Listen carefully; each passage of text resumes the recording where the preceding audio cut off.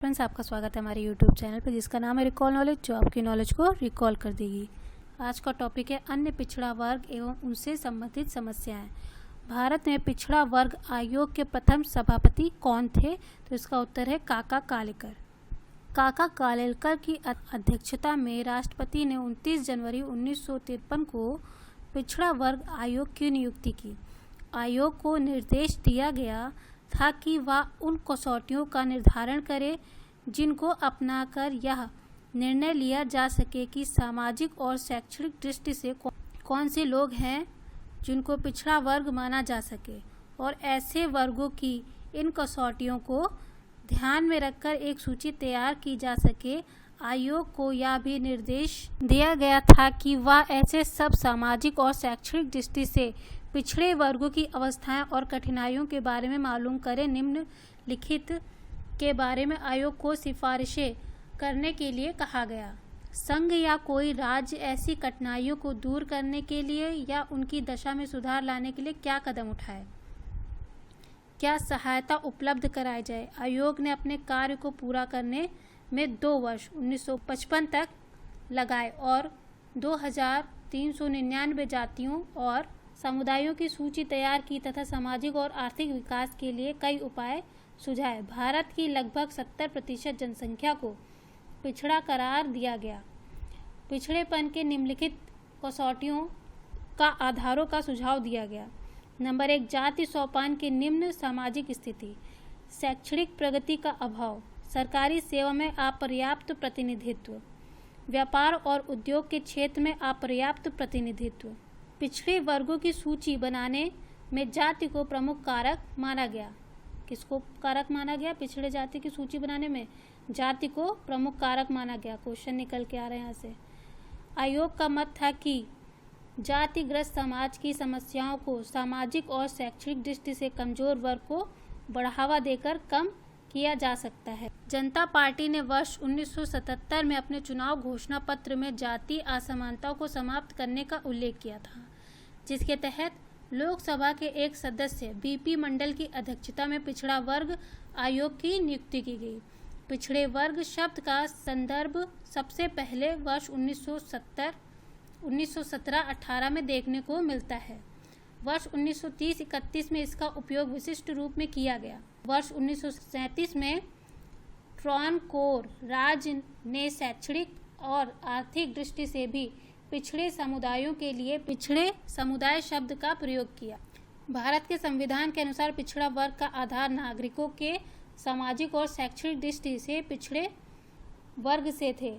अनुच्छेद 340 के अंतर्गत भारत के राष्ट्रपति को अधिकार है कि एक आयोग की नियुक्ति कर देश के विभिन्न भागों में पिछड़े वर्गों की दशा की जानकारी करवा के रिपोर्ट ले। अनुच्छेद 15, 4 और 16 के अंतर्गत राज्य सरकारें भी आयोग की नियुक्ति करके विभिन्न पिछड़ी जातियों की आर्थिक और शैक्षणिक समस्याओं की जानकारी ले सकती। नीचे दिए गए अन्य पिछड़े वर्गों के आधार पर ध्यान दीजिए। जाति स्थानांतरण में निम्नावस्था, शिक्षा के क्षेत्र में पिछड़ापन, सरकारी नौकरियों में अपर्याप्त प्रतिनिधित्व, व्यापार, वाणिज्य व उद्योग में अपर्याप्त प्रतिनिधित्व। उपयुक्त आधारों को निम्नलिखित में से किसने दिया था? तो किसने दिया था? काका कालेलकर ने दिया था। काका कालेलकर कमीशन के अनुसार पिछड़े वर्गों के निर्धारण के मापदंड क्या है? उत्तर है जाति। भारतीय संविधान में पिछड़े वर्ग का क्या आधार है? सामाजिक तथा शैक्षणिक पिछड़ापन। सन 1977 में जनता पार्टी सरकार द्वारा अपने चुनाव घोषणा पत्र आरक्षण देने संबंधी वादे के अनुरूप पिछड़े वर्गों के लिए जिस आधार का गठन किया गया उसके अध्यक्ष कौन थे? बीपी मंडल द्वारा ओबीसी की सूची में कितनी जातियां सम्मिलित की गई? मंडल कमीशन का गठन 1979 में तत्कालीन जनता पार्टी की सरकार द्वारा किया गया था। इसके अध्यक्ष बिंदेश्वरी प्रसाद मंडल थे। इस आयोग का कार्य क्षेत्र सामाजिक एवं आर्थिक रूप से पिछड़े की पहचान करना था। मंडल कमीशन ने देश की 54% जनसंख्या को ओबीसी माना, जिसमें 3743 जातियां थी। केंद्र सरकार द्वारा गठित बीपी मंडल की अध्यक्षता में पिछड़ा वर्ग आयोग बना। मंडल कमीशन की योजना मोरारजी देसाई सरकार में वर्ष में बनी, जिसका उद्देश्य भारतीय संविधान के अनुच्छेद 340 के लिए अनुच्छेद 15 और 16 की स्थिति का पता लगाना था। यह निर्णय राष्ट्रपति कार्यालय द्वारा 1 जनवरी 1979 को लिया गया।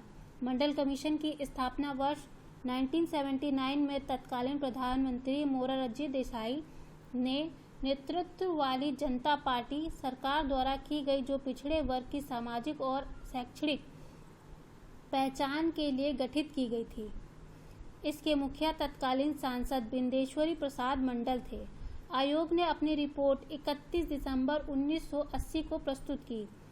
आयोग ने 11 क्षेत्रों को स्वीकार किया, जिसे मुख्यतः 3 वर्गों सामाजिक, शैक्षणिक और आर्थिक में बांटा गया। मंडल आयोग ने पिछड़े वर्गों के चयन के लिए निम्नलिखित में से किसे महत्वपूर्ण माना है? तो सामाजिक, शैक्षणिक और आर्थिक आधार।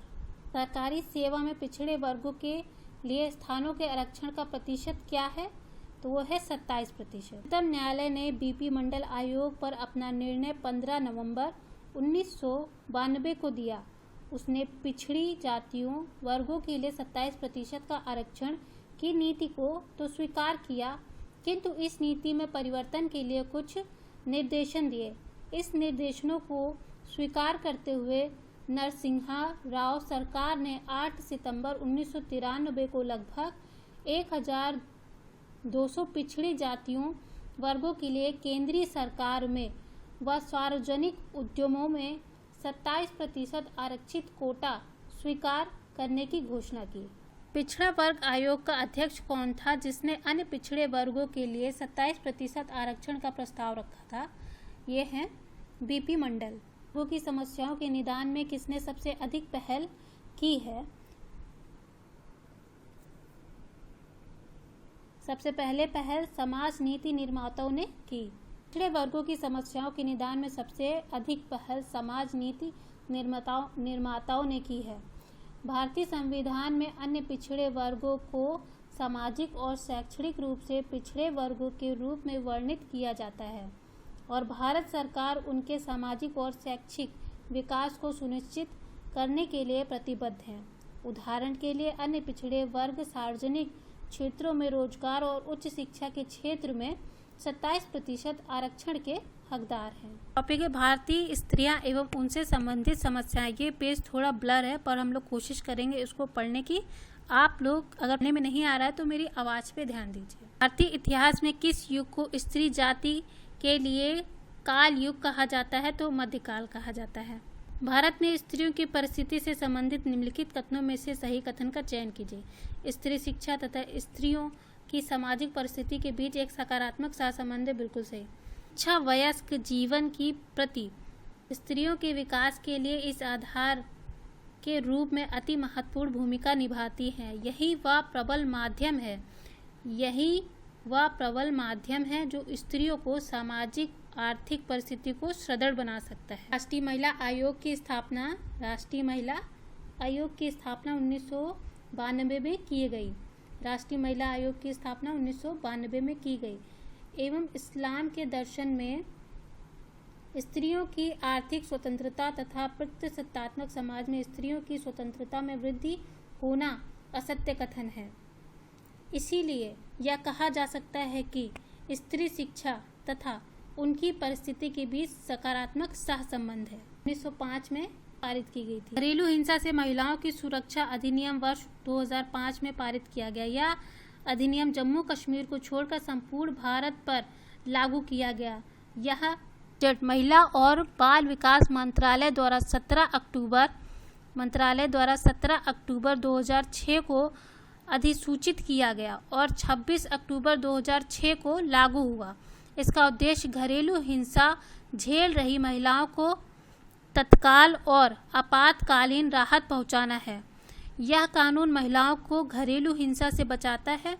महिला को ताने देने, उसका उत्पीड़न, गाली देना, उसका अपमान करना, उसकी मर्जी के बिना यौन संबंध की कोशिश करना, जबरन शादी के लिए बाध्य करना आदि जैसे मामले घरेलू हिंसा अधिनियम 2005 के दायरे में आते हैं। घरेलू हिंसा के विरुद्ध सर्वाधिक आवश्यक है घरेलू हिंसा अधिनियम 2005 की जागरूकता। निम्नलिखित वक्तव्यों पर विचार करें। स्वतंत्रता प्राप्ति के पश्चात महिलाओं की सामाजिक स्थिति में सुधार हुआ है। कथन सही है। कारण है भारत में महिलाओं की शिक्षा में वृद्धि हुई है। एकदम सही। का खा दोनों सही है। का की सही व्याख्या है।